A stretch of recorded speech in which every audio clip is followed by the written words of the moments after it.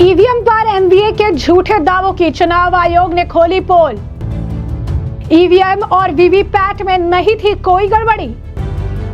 1440 VVPAT में slip से मिलान में खड़ा सोना निकली ईवीएम। महाराष्ट्र चुनाव में हार के बाद ईवीएम में गड़बड़ी का विपक्ष ने लगाया था आरोप। नमस्कार, मैं अंजलि मिश्रा, स्वागत है आप सभी का द न्यूज में। महाराष्ट्र में महाविकास आघाड़ी को मिली करारी हार के बाद से लगातार ईवीएम पर हार का ठिकरा फोड़ने का काम इनके नेताओं द्वारा किया जा रहा है। अब ऐसे में चुनाव आयोग ने विपक्ष के झूठे दावों की पोल खोल दी है। जो लगातार वो ईवीएम पर लगा रहे थे, उसे लेकर जो दावा कर रहे थे कि ईवीएम में गड़बड़ी हुई है, अब इसे लेकर चुनाव आयोग ने इन सभी दावों को खारिज कर दिया है और साथ ही साथ जवाब भी दिया है। महाराष्ट्र विधानसभा चुनाव में ईवीएम पर लगे गड़बड़ी के आरोपों को भारतीय निर्वाचन आयोग ने अब खारिज कर दिया है। महाराष्ट्र विधानसभा चुनाव के बाद इलेक्ट्रॉनिक वोटिंग मशीन यानी ईवीएम पर कांग्रेस और उसके सहयोगी दलों द्वारा लगातार सवाल उठाए जा रहे थे। भारतीय निर्वाचन आयोग ने आरोपों को खारिज करते हुए कहा कि राज्य में वीवीपैट की गिनती में किसी प्रकार की खामी सामने नहीं आई है। आयोग ने कहा कि नियमों के मुताबिक हर विधानसभा क्षेत्र के 5 पोलिंग स्टेशनों में ईवीएम के वोटों का वीवीपैट से मिलान जरूरी होता है। इन 5 पोलिंग स्टेशन का चयन लॉटरी के जरिए होता है और वीवीपैट तथा ईवीएम के वोटों के मिलान के दौरान चुनाव आयोग के ऑब्जर्वर और हर उम्मीदवार के प्रतिनिधि मौजूद होंगे। बता दें आपको कि 1440 पोलिंग स्टेशन के वीवीपैट जो है स्लिप का मिलान किया गया है। उन्होंने बताया कि 23 नवंबर 2024 को मतगणना के दिन महाराष्ट्र की 288 विधानसभा सीटों के लिए 1440 पोलिंग स्टेशन के वीवीपैट स्लिप का मिलान किया गया। आयोग ने कहा कि हर विधानसभा क्षेत्र में 5 पोलिंग स्टेशन के वोटों की गिनती के बाद कहीं भी उम्मीदवारों को ईवीएम में मिले वोट और वीवीपैट मशीनों की पर्ची में कोई गड़बड़ी नहीं पाई गई।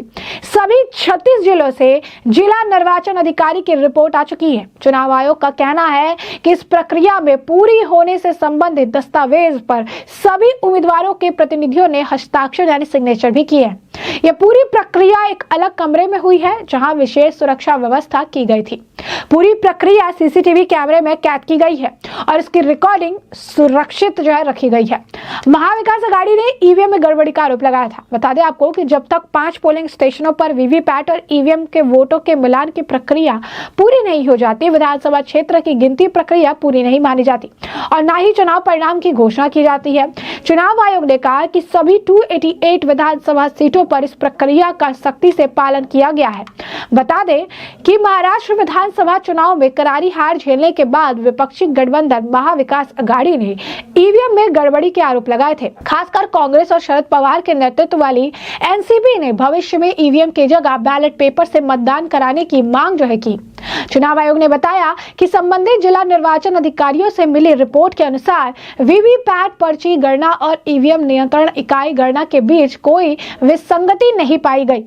ईसीआई ने एक बयान में कहा कि जो ईसीआई की ओर से निर्धारित प्रक्रिया का पालन किया गया है। महाराष्ट्र में विपक्षी दलों की ओर से विधानसभा के विशेष सत्र से पहले दिन शपथ ग्रहण समारोह का भी बहिष्कार करने के कुछ दिनों बाद चुनाव आयोग का ये बयान जो है सामने आया है। बता दें आपको, महाराष्ट्र में मिली हार के बाद शरद पवार ने बकायदा जो है ईवीएम को लेकर मोर्चा संभाला हुआ था। शरद पवार से लेकर संजय राउत, उद्धव ठाकरे, आदित्य ठाकरे, राहुल गांधी सभी ईवीएम पर हार का ठिकरा फोड़ते नजर आए। बैक टू बैक सभी ने ईवीएम को लेकर जमकर बयानबाजी की और ईवीएम पर सारा दोष जो है मर दिया। ईवीएम को ही गलत बताते नजर आए और ईवीएम में गड़बड़ी का आरोप तक लगाया। इसके बाद लगातार अगर आप देखेंगे तो बयानबाजियों का दौर देखने को मिला। अब तो यह भी कहा जा रहा है कि ईवीएम को लेकर जिस तरीके से अब चुनाव आयोग ने ईवीएम पर अपना रुख स्पष्ट कर दिया, लेकिन इसके बावजूद ये मानने को तैयार नहीं है और अब ईवीएम को लेकर ये पूरी तरीके से अब सुप्रीम कोर्ट भी जाने की तैयारी भी कर रही हैं। जी हाँ, बिल्कुल सही सुना आपने। ईवीएम का मामला जो है वो शांत होता नजर नहीं आ रहा है। लगातार अगर आप देखेंगे कि अब पूरी तरीके से सिचुएशन देखने के लिए मिल रही है। अब जिस तरीके से ईवीएम को लेकर अब इलेक्शन कमीशन ने अब अपना बयान जारी किया है, इस मामले को लेकर शिवसेना यूबीटी के एमपी अरविंद सावंत का भी बयान सामने आया है। क्या कुछ कह रहे हैं वो जरा सुनिए।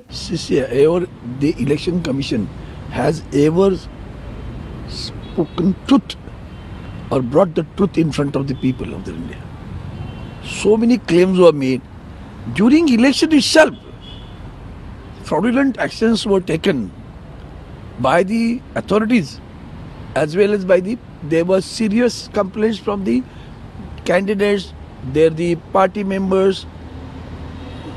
No recognition, no cognizance at all. They did not recognize, they did not cognize. So therefore, election, they have already lost their faith, because after session we have never ever found there is a gutsy, courageous, and who oaths for the Constitution of India and works for the Constitution of India. I have not found any. The way he ridicules the people. I do remember when he had been to Mumbai in Trident Hotel, he had taken some press conference and some people asked him questions. He ridiculed it instead of giving answers. That sort of people are sitting over there who are working as the slaves of the ruling party. तो जैसा कि आपने सुना, वो कह रही हैं कि क्या इलेक्शन कमीशन ने कभी सच बोला है?